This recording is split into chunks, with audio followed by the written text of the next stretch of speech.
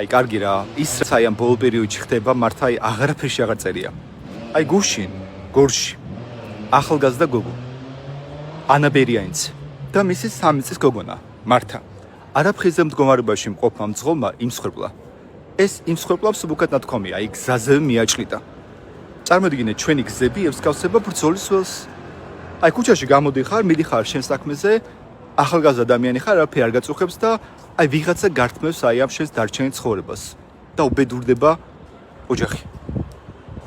ანუ ჩვენი გზები მართლა უკვე ემსგავსება მართლა ომის ველს. ჩვენ არ ვკარგავთ იმდენ ადამიანს ომში, რამდენსაც გზებზე.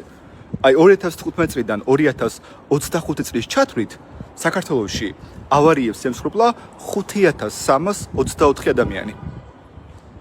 მარტო წინა წელს 469, აქედან 164 იყო ქვეითი.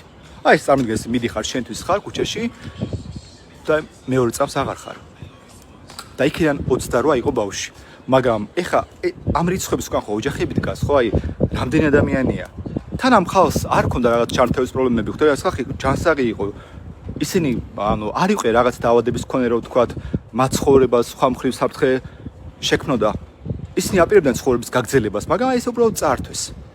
ერთი ჭიქაც კი ადამიანის გონებრივ რესურსს აქვეითებს და მას რისკების შეფასების უნარს უმცირებს.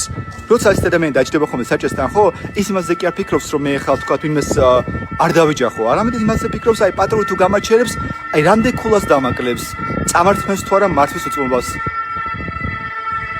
ანუ ის სხვა რისკებზე აფიქრობს. ეხლა ჩვენი პატრული თავის საქმეს აკეთებს მართლა ძალიან კარგად.